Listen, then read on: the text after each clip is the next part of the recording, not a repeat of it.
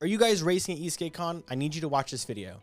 What's up, guys? My name is Mike Beard. I am the founder of Esk8Con, and if you're racing, here's all the pertinent information that you need to know before arriving to the race site. Big news.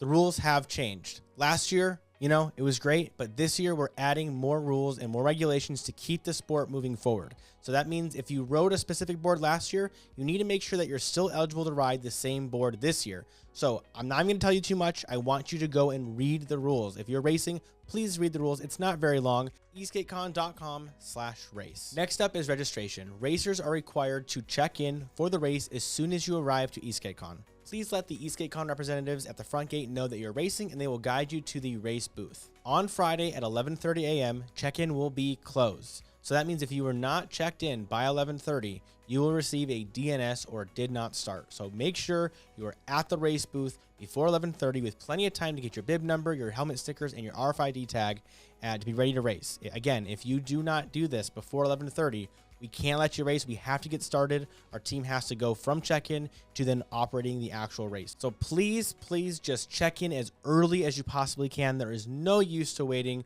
all the way to 11:30. Thank you. Now, if you are traveling and you physically cannot make it to the event until after 11:30, please email us right away. We will make accommodations. But if you're there on site and you don't make it to our tent by 11:30, that's a DNS. While pads, gloves, and other gear are strongly encouraged, a helmet is the only thing that is actually required to race. So keep that in mind, but please consider as much gear as you're comfortable wearing.